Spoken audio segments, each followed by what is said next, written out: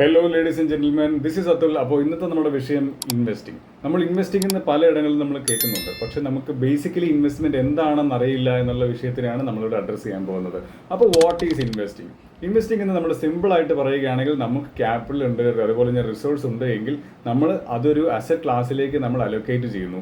എന്തിന്? ഭാവിയിൽ ഈ അസറ്റ് ക്ലാസ്സിൽ നമുക്ക് കിട്ടാൻ സാധ്യതയുള്ള റിട്ടേൺസിന്റെ പോസിബിലിറ്റിനെയാണ് നമ്മൾ ഇൻവെസ്റ്റ്മെന്റ് എന്ന് പറയുന്നത്. അപ്പോൾ എന്തിനാണ് നമ്മൾ ഇൻവെസ്റ്റ് ചെയ്യേണ്ടത്? നമ്മൾ കഴിഞ്ഞ വീഡിയോകളിൽ ഡിസ്കസ് ചെയ്ത പോലെ തന്നെ ഏറ്റവും പ്രധാനപ്പെട്ട കാരണം പണപ്പെരുപ്പം തന്നെയാണ്, അതായത് ഇൻഫ്ലേഷൻ. അപ്പോൾ ഇന്നത്തെ കണക്കുകൾ വെച്ച് നോക്കുമ്പോൾ ഓരോ വർഷവും നമ്മുടെ രാജ്യത്തെ പണപ്പെരുപ്പം എന്ന് പറയുന്നത് 4 മുതൽ 5% വരെയാണ്. അതായത് ഇന്ന് 1 ലിറ്റർ പെട്രോൾ 100 രൂപയാണെങ്കിൽ അടുത്ത വർഷം അതിന് 105 രൂപയായിരിക്കും. അതേപോലെ തന്നെ മറ്റൊരു കാരണമാണ് വെൽത്ത് ക്രിയേറ്റ് ചെയ്യുക എന്നുള്ളത്. നിങ്ങളുടെ സാമ്പത്തികമായിട്ടുള്ള മെച്ചത്തിന് വേണ്ടിയും സാമ്പത്തികമായിട്ടുള്ള വളർച്ചയ്ക്ക് വേണ്ടി നമുക്ക് ഇൻവെസ്റ്റ്മെന്റ് ചെയ്യാമെന്നുള്ള കാര്യമാണ്. അതായത് ഒരു ഉദാഹരണം പറയുകയാണെങ്കിൽ 8% പ്രതിവർഷം റിട്ടേൺസ് കിട്ടുന്ന ഒരു പ്രൊഡക്റ്റിൽ നിങ്ങൾ ഇന്ന് 100 രൂപ നിക്ഷേപിക്കുന്നു എന്ന് കരുതുക.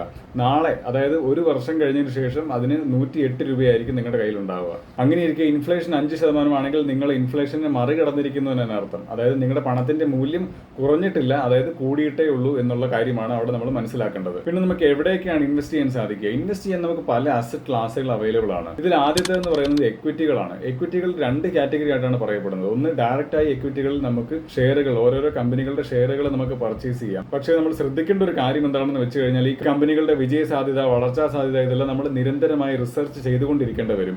അവിടെയാണ് നമുക്ക് മറ്റൊരു കാറ്റഗറി അവൈലബിൾ ആയിട്ടുള്ളത്, എക്വിറ്റി മ്യൂച്വൽ ഫണ്ട്സ്. ഈ ഒരു കാറ്റഗറിയിൽ കോർപ്പറേറ്റുകൾ സ്റ്റോക്ക് മാർക്കറ്റിന്റെ എക്സ്പേർട്ടുകളെ നമുക്ക് വേണ്ടി നിയമിക്കും. അവർ ഇൻവെസ്റ്റേഴ്സിൽ നിന്ന് കിട്ടുന്ന പണം കളക്റ്റീവായി സ്റ്റോക്ക് മാർക്കറ്റിൽ ഇൻവെസ്റ്റ് ചെയ്യും. അപ്പോൾ അങ്ങനെ റിട്ടേൺസിന്റെ ഒരു പെർസെന്റേജ് നമുക്കും കിട്ടും എന്നുള്ളതാണ് ഇതിനകത്തെ പോസിബിലിറ്റി. ഡയറക്റ്റ് എക്വിറ്റി ഇൻവെസ്റ്റ്മെന്റ് ചെയ്യുമ്പോഴത്തേക്കും വളരെ ഹൈ റിസ്ക് ഹൈ റിവാർഡിനുള്ള പോസിബിലിറ്റിയാണ് കൂടുതൽ. അതായത് പണം നഷ്ടപ്പെടാനുള്ള സാധ്യതകൾ വളരെ കൂടുതലാണ്, പക്ഷേ റിട്ടേൺസ് കിട്ടിയാൽ നല്ല രീതിയിലുള്ള റിട്ടേൺസ് കിട്ടാനുള്ള സാധ്യതകൾ വളരെ കൂടുതലാണ്. മ്യൂച്വൽ ഫണ്ടുകൾ മോഡറേറ്റ് റിസ്ക് കാറ്റഗറിയിലാണ് വരുന്നത്. അതായത് മോഡറേറ്റ് റിസ്ക് മോഡറേറ്റ് റിവാർഡ് കാറ്റഗറിയിലാണ് വരുന്നത്. റിസ്ക് കമ്പാരിറ്റീവ്ലി കുറവായിരിക്കും, കാരണം നമ്മുടെ ബിഹാഫിൽ സ്റ്റോക്ക് മാർക്കറ്റ് എക്സ്പേർട്ടുകൾ നമുക്ക് വേണ്ടി ഇൻവെസ്റ്റ് ചെയ്യുന്നത്. പിന്നെ നമുക്ക് അവൈലബിൾ ആയിട്ടുള്ള അസറ്റ് കാറ്റഗറിയാണ് ഫിക്സ്ഡ് റിട്ടേൺ ഇൻവെസ്റ്റ്മെന്റ്.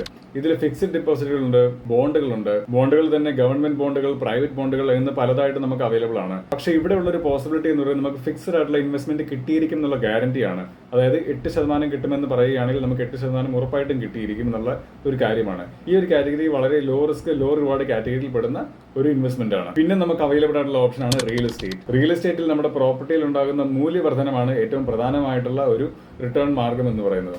അടുത്ത ഒരു പോസിബിലിറ്റിയാണ് റെന്റൽ ഇൻകം, ബിസിനസ് ഇൻകം എന്നുള്ള പറയുന്ന കാര്യങ്ങളൊക്കെ.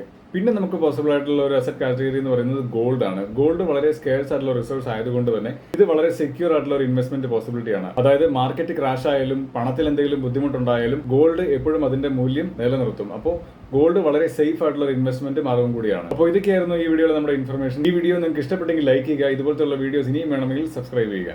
Thank you.